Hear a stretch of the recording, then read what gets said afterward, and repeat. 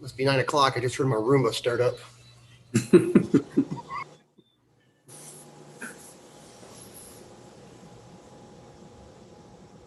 We're ready. Live. We're live.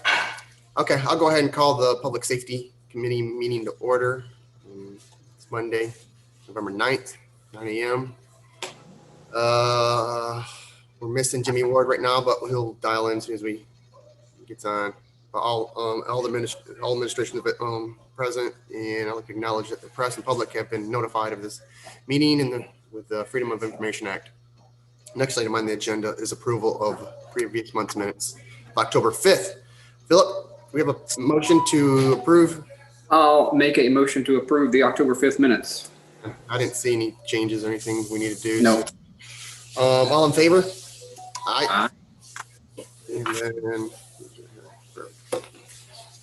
we have citizens' comments. Nicole, if you want to read, I think there's one maybe. Just one, yes, from Jason Cusati in Mount Pleasant. We have a right to access the entire public beach, not just designated sections. Parking at 40th and 41st should be restored, and back in parking should be restored so the beach spaces open back up to the number there were before. You complain the population is growing, yet your solution now to reduce parking, which is completely illogical. You reduce parking in the most desirable parts maybe of the island by half, which is an overreach of authority and should be overruled. You are clearly using this as a cover to try and privatize a public area. You chose to purchase a home and live in a desired recreation area, so you should deal with and support the visitors that patronize the businesses on the island and have a right to use the entire beach. By the way, I would like to know how many people actually got injured parking back in or crossing the street at the corner of 41st. 0. So a rule to address nothing but elitist actions. And so closes your public comment. Perfect.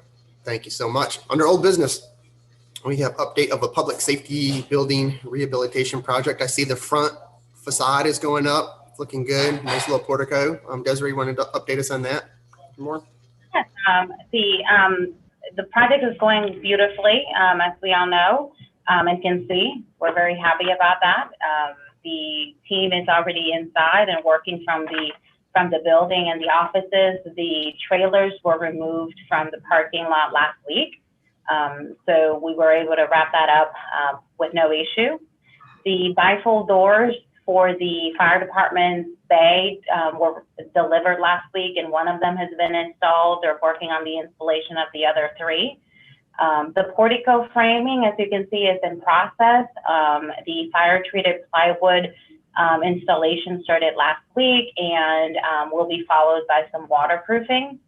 The generator is expected to be delivered today. That's why there is some coordination with the police department for the closure of that small section of road along J.C. Long. Okay. Yeah, J.C. Long. And the roof, they haven't punched that out yet because of the installation of the generator. They're waiting on the manufacturer to confirm the date of the arrival for that section. The new roof coating for the granulated roof areas will be installed after the generator work is completed in about 1 or 2 weeks. They will do another final cleaning of all common areas in about another week or 2, once a lot of the punch list items have been completed inside the building. And we're still waiting on the submittal for the flood-proof doors for the front of the building. That'll likely be done later this year or early next year. So they're still working towards completing everything by mid-November, but there will be a handful of things that will not be completed until maybe later the year or early in November. The landscaping has gone in; it looks really nice. So yeah, that's where we are with the progress. Perfect. Thank you. Anybody have any questions or comments? Looks really good. Good work. Yes, it looks really good. I saw the doors going up. The big bay doors going up. So yes, I'm excited. We got another second ribbon cutting someday. Um, Oh, we did receive the plaque that shows, that talks about the renovation and looks really nice. So I think y'all will like it once it's up. Perfect, thank you. Next item on the agenda is update of pedestrian crosswalks and intersection safety. This is a multifaceted kind of approach, looking at increasing the number of crosswalks that we have throughout the island and at the same time improving the visibility of them and making them more aware. As you know, state law requires vehicles to stop for people who are in the crosswalks, but that is the state law. They have to stop once they enter the crosswalks. And what we have a hard time is, people standing off the side and sometimes not being seen, and it can create a dangerous situation. But there is a lot of paperwork to go through in order to make this happen. Desiree, you want to touch base on the number of crosswalks that we're looking at doing, and I'll get to you, Chief, on where we're at with the DOT paperwork and stuff. Yeah, so I'll talk about the new crosswalks that we're working on with Stantec and DOT for the area, the section between 41st and 57th. And then Chief Cornett will talk a little bit about what we've done in our efforts to improve our existing crosswalks and pedestrian crosswalks. So we have submitted a list of proposed locations for the new crosswalks in that section. And those that have been approved by DOT are those that are consistent and connect between an existing beach access path and a community access path that comes out of Waldoon. So the ones that have been approved by DOT, conceptually, informally via email, obviously the next step will be submitting an encroachment permit, which we're working on. But these locations are at 49th Avenue, 51st Avenue, east of 53rd, and 56th Avenue. So we're talking about 4 new crosswalks along that section. There is an existing one on 46th Avenue. However, it's not the raised type crosswalk that we see along the other section of Palm Boulevard. And we're going to be requesting that we can modify the sidewalk of 46th Avenue and make it sort of the raised and marked crosswalk that we're used to. And as I mentioned late last month during City Council, I've been working with the team from Low Waldoons about partnering with them and having them help the city and work with the city in the installation of these crosswalks, and they have indicated a desire to partner with us and cover the cost of the construction of this crosswalk in that section. So we're very thankful. We're very happy. We have a great relationship with them. They're a huge stakeholder in our community, and they recognize that there's going to be a lot of traffic going that way with the opening of the hotel, which is still slated to open in April. So the next step will be getting a formal approval from SCDOT via an encroachment permit, and then coordinating the construction with the Waldoons folks. Perfect. Good. I mean, that's a project we've been trying to get done for a while, and hopefully, I'm glad DOT was able to make it happen and get those in. I want to go back to the other topic earlier. I misspoke. There is one of the trailers has been removed. The other 2 have been broken down. They haven't removed the site, but they should be gone by this week. I'm sorry. I should have. That's fine. They're in the process of being removed. Now I saw them over there. All right. So, Chief, do you wanna talk about sort of where we are on the existing crosswalks and enhancing their visibility? Certainly. So we did speak with Secretary of SCDOT in reference to the rectangular rapid flashing beacons. I want to make sure I say it right. And she says they have installed some across the state. She did indicate that a lot of times when they're installed, there are a lot of public complaints afterwards because the lights are very bright and I guess can be quite aggravating. So I did ask her, she volunteered to send us a video of one that they installed, and I gave her my email and asked her to do so. And Once I get that, I'll share it with all of you so you can kind of see. But she did say that they do tend to be, they sound great, but they tend to be more of a concern when people see the bright flashing lights, because that's what they're intended to do. So it might be one of those things that once we get the video, we look at where this would be best to place. My suggestion right off the top of my head would be one that would minimize impact on residential, maybe on Palm in front of the Bilo, the 21st Avenue crosswalk might be a good spot right there. But once I get that video, I'll share it with all of you so that you're aware of that. Before we make any movements on getting anything, I want to make sure we're fully aware of what we're proposing to get. Definitely, yeah. And I've seen them before, but I guess I don't recall really how bright they were. But yeah, if we can get that, definitely. I'd hate to put something that's super obnoxious out there as well. So. Yeah, I've only seen them during the day, and they're less obnoxious during the day, obviously. I haven't looked at them at night, so I do want to see them at night. And I'll visit some of our neighboring cities that have them as well during the night hours so that I can see just how bright it is. And I might get my own video and send it to you so we've got something and we know what we're looking at. All right, as long as people know we're still trying to work on it. And that is probably one of the most dangerous areas right there, Chief, is at that intersection and, trying to make that more, aware as people are coming around those corners. Perfect, thank you. Update on Front Beach loading zones and parking. On that. I was up the Front Beach this weekend, and people were clamoring to find parking spots up there by the restaurants and what have you, and then to have all these empty loading zones just seemed awkward. So what do we got for there? We did talk about this on a staff level, and the only ones that we would still ask to maybe reconsider would be the more suggestion about the parking loading zones for the hotels. They do both have entrances right there. The concern would be that would cause a traffic backup because they are easy to miss if you don't come down here frequently. And these are typically places where people are coming from out of state or out of the area, probably don't visit down here quite frequently. And they are 15-minute. I did look at them today. That would be the only other part. Aside from that, if we move forward with any of them, we do have an individual that has quoted that he would do them all for $3,000 if they were done in 2020. And that was kind of a discounted rate just to get it done and get some work for his team as well, I believe. Okay. Yeah, I mean, if we need to go through and leave, I suppose if we need to leave a couple out there for hotels. I mean, what do they have now? Do they have 2 each, or is it? They have 2 each right now. We could always take it down to 1 a piece if we wanted to, and that might be a fair way to meet in the middle. Okay. I don't have a problem with that.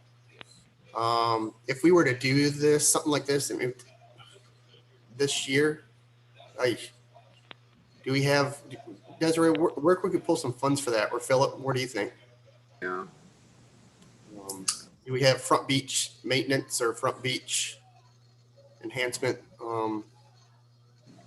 Yeah, I mean, $3,000, I don't think we could have a problem finding that, Ryan, at all. Yeah, we have funds for Front Beach. I'd like to look at the budget a little bit closer because this year, due to COVID, we were a little bit tight on some of our miscellaneous or contingency funds. But I'm sure we can find $3,000 in the budget, although it may not be identified for this. But we can, the committee can make a recommendation and we can bring it forward before Ways and Means because it will be an unbudgeted expenditure and we can identify a spot in the budget that could sustain that. I mean, it'll be, it'll sort of be paid by itself if, next year when with state parking. So I don't see an issue with finding some money for that. Okay. Well, I'll go ahead and make a motion that we move this forward to Ways and Means in the balance of council. Yeah, I'll second that, Ryan. Perfect. Well, thanks for your work on this, Chief and Desiree. I appreciate it. Everybody who's on it. All of those in favor? Aye. Hey, Jimmy, I see your phone number. I guess I didn't see your face. Right. I couldn't never get the video up. It locked me out. Sorry, but I'm here. Yeah, okay. Do you have any questions, Jimmy? Nope. Good. Everything's going good. Perfect. Thank you. Okay. Item D, consideration of replacing the 2003 engine pumper truck by purchasing a demo truck. We had some discussion over the last few meetings on this. I think we finally got some numbers pulled together for that. Desiree or Chief, or who's taking this one? I got you. Oh, Kathy, perfect. you want to take it? Yeah. So first of all, I just would like to say that Chief Graham really would have liked to have been here and presented this in person. She unfortunately had a not an interview, pardon me, a appointment that she had to be at and was unable to make that change. And when the date changed, it fell on that day. She is going to be with us via telephone. So if there's questions that I can't answer or more in-depth conversation, she'll chime in with us. Perfect. So we're talking about engine 1002, which is a 2003 pumper. I say that in the beginning and preface with that because we just got Tower 1002 back, and I know there's a lot of trucks and things going on. So just want to be clear that we're talking about the engine. Tower 1002 looks really great, by the way. We're excited to have it back. In FY20 budget, we had allotted $300,000 for the refurbishment of engine 1002. And so a lot of stuff has happened from that time. First is when the tower was being refurbished, it got pushed back. And so the date pushed back on us getting engine 1002 in for refurbishment. And in that time, our quote has expired for that $300,000 allotment that we had made. It would now put us at $335,000. And then depending on how much longer we waited, if we waited till the end of the year, we could look upwards of a total of $350,000 just in the increase in getting that ordered. During that time, we were made aware of some demos that had been ordered by E1. These are brand new trucks that they make the order and plan to build even without someone having ordered it as a custom built. And in that time, what that does, by the way, when you buy a demo truck, and we've been through this process quite a few times very successfully with Yellow Palms, what it does is it locks in that price for the date they ordered it. So you're getting a new truck that for right now, if we were to order the same truck that we're looking at and proposing to you, we would be looking at a 6% increase in price just to custom order it now than to get on board with ordering and purchasing a demo truck. During that process as well, we also found that the appraisal value for the truck that we're looking to replace was $12,000, which was much less than what we had thought it would be. This is due to its age. And so when looking at that $12,000 appraisal, the question came about too, do you want to invest $300,000 in refurbishing a truck that's worth as only $12,000? The 2004 75-foot ladder truck, which has been replaced, has an appraisal of $51,000. Originally, prior to us doing some work on the frame rail issues, it had only priced out at $25,000 appraisal. With the work that we've done, it's back up to $51,000. So if the city were to approve the purchase of the new demo truck, instead of refurbishing the existing one, we could trade that 75-foot 2004 ladder truck as a down payment. There were 6 demo trucks that were brought to our attention. We put together a committee of individuals who are very versed in apparatus and our needs. And they identified a 2021. So it is a brand new pumper that has a low hose bed. The unit could best meet our needs. It has a 1,500 gallon per minute waters pump. I'm just reading my notes, so bear with me a little bit. It's a Cummins L9, 450 horsepower, and has a 1,030 gallon water tank on it.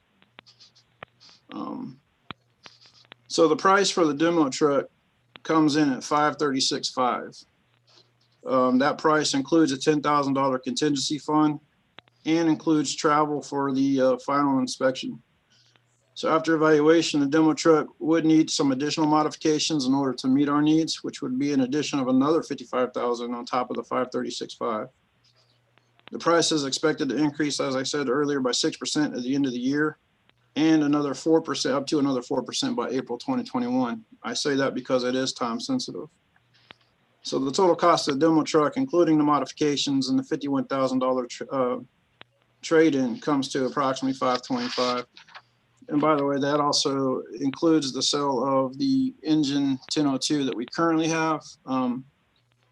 As I spoke earlier, I'm kind of jumping around, forgive me. There was a value of $12,000, but we actually have interested parties willing and interested in buying it for much more. And I don't have that number in front of me. If Chief wants to jump in on that one, she can. There you go. So basically we have what we had slated to replace and we didn't in this budget year. And Philip and Desiree, you can help me with the numbers on this. We'll just roll into the next budget year, or this is something we're going to move forward. I'm going to move forward with prior to the end, before the end of this year, correct? So what we are proposing is that the city issues a letter of intent to the manufacturer telling them that we intend to purchase this demo truck.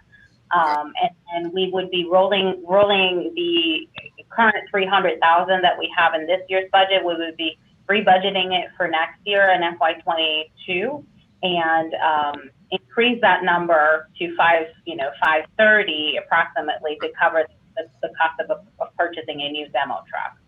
Okay. Yeah, so Ryan, I'm glad you asked that. I thought I just assumed we were making this transaction this budget year, but not at this point, Desiree. No, so what we would issue the letter of intent, but it would not be delivered and it would not need to be paid until next fiscal year. Got it. Correct me if I'm wrong. Yeah. So the truck could potentially be ready in May. However, the final payment could be made in July. Okay. Perfect. And to that being in May, if you were to order a custom new truck, you're looking at 1.5 years after you complete the process. So it's a much quicker process going through on that. And also, just so you know, if it helps, when you talk about a refurb, you're talking about a 1-year limited warranty that is limited to only the parts that they touch. Whereas with the demo truck, with the fact that it's new, it comes with a full warranty. Perfect. Sounds good. And I imagine trying to add the additional stuff to make it compliant with what we need is probably going to take, I mean, like you said, wouldn't make it ready until you said May, Chief. Well, so the beauty of that is we're in a position right now prior to production starting. And so Gotcha. we have that ability to make those changes and they're already being put in. And that was another thing that makes it time sensitive as well, as they said, once it actually starts production, if you start adding in some customization and some changes, you're looking at up to upwards of 100% markup just to make changes to something they've already started. So we're in a position right now to do the things that we need to do without it being any additional besides the parts itself. And I guess that's, and for everybody out there watching, I guess it does seem kind of confusing, the fact that you call it a demo truck that's not built yet. So it's not like so it's not like a truck that's sitting in the parking lot getting. It's like a spec truck, Ryan. Yes, right. No, absolutely. So yeah, so that's good. Okay. And I just think it's important or interesting to mention that both the 75-foot ladder truck and 95 were both demos when the city purchased them. So we've had good experience with them. And, there are some trucks that are, that are great candidates for refurbishment. But once this appraised value came back at $12,000, the idea of investing so much money in it and not having a full warranty and having the opportunity that doesn't come often, applying a demo truck, it definitely seems like the best idea. Cool. Any questions, Jimmy, Philip? Nope. I'll make a motion to Brian to consideration replacing the 2003 as it's stated in the agenda. How about that? Perfect. That'll work. I'll second that. And we have that motion as second. Any other discussion or questions? All those in favor, signify by saying aye. Aye. Aye. Perfect. And next, new business discussion and consideration of proposed resolution for the street party for consumption of beer and wine and amplified music. So there's been some talk about whether this is going to happen or what was going on with it. Desiree, you just want to give us a little rundown on it and let us know what's going on with this? Yeah, so the recreation department staff is working on a different version of a holiday event for our community down at Front Beach. As we all know, COVID is always an interesting dilemma that we have to work around with, and the department has done a fabulous job at planning the ghostly tide tails and also Halloween activities in a way that complies with CDC guidelines and ensures that people are maintaining social distancing and being safe. So there's plans being developed for a different event later this year, potentially a movie where people can, socially distance sitting down in that area, watch a movie, and also to light the tree. So it's not final yet. Everything is being worked out. But, I have utmost all the confidence in the world of our team that they're going to do a fantastic job. So in that vein, the event, we would need a resolution like we have been doing throughout the year that would legally allow this activity to happen in that section of road, which is owned by the city. Perfect. Any questions? Nope. I'll make a motion, Ryan. Perfect. I'll second that motion. All those in favor of the resolution signify by saying aye. Aye. Aye. Perfect. There you go. All good. Let's go down to reports. Hathaway, are you doing the fire department report? I will be, yes. This is in your guys' agenda as well. I can get it over to me, I'll do that for you. So as you can see by the front page, everything's as it normally is. We had a total number of calls for October 2020 of 80. Year to date, 767 calls. 3 of those were fire calls or fire related, 38 medical calls, 1 rescue, 2 hazmat, 7 service calls, and 29 that classify as other. We're continuing to maintain situational awareness concerning COVID-19, trying to stay current on what comes out from the CDC and other agencies. Our PPE supplies are continually evaluated and restocked as needed. Staffing is maintained with overtime being limited as best as possible. Fire department is continuing to maintain communication with Trident Construction and Associates, as we discussed earlier, in regards to the rehab of this building and staying current with what they're up to and what they're doing. On 10/5/2020, very sad for me to announce, Chief Graham announced and gave notice of her retirement that will be effective December 31st, 2020. And that is, as you know, after serving more than 35 years faithfully. On 10/6, fire crews responded to a motor vehicle accident on Ocean Boulevard. Once on scene, they found a single vehicle on the sidewalk that had struck a fence. The vehicle was occupied by 1 adult and 2 children. There was only minor damage. Airbags did not deploy and no injuries came from that incident. On 10/7, large items such as desks and bookshelves were delivered here to the public safety building from our storage unit in order to start moving back in. On 10/9, fire crews responded in boat 1017 to the ICW near Dewey's Island in reference to a boater with a laceration to the arm caused by oyster shells. That vessel had been beached and we were unable to make close contact, had to use Charleston County Rescue's airboat in order to get to them. We were able to get them on board and bring them back to the marina.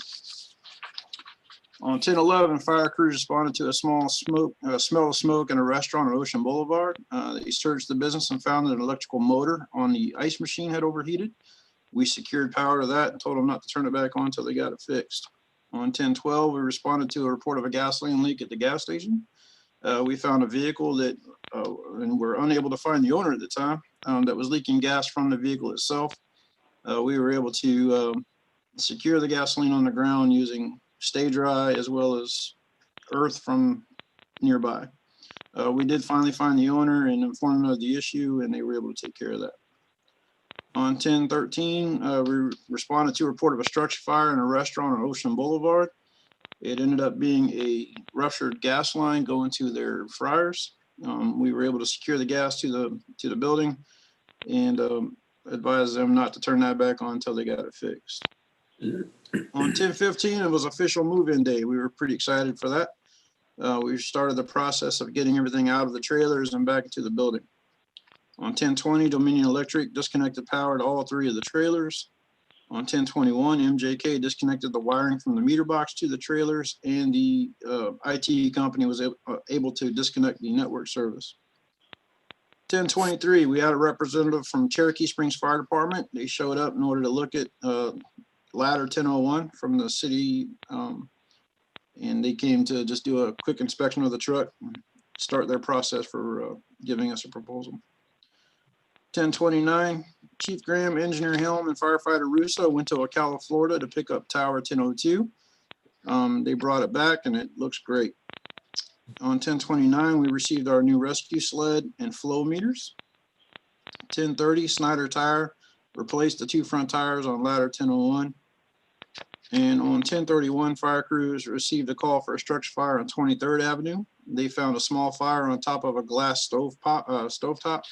It ended up being that they had some papers nearby the stove, turned it on, and it had caught fire.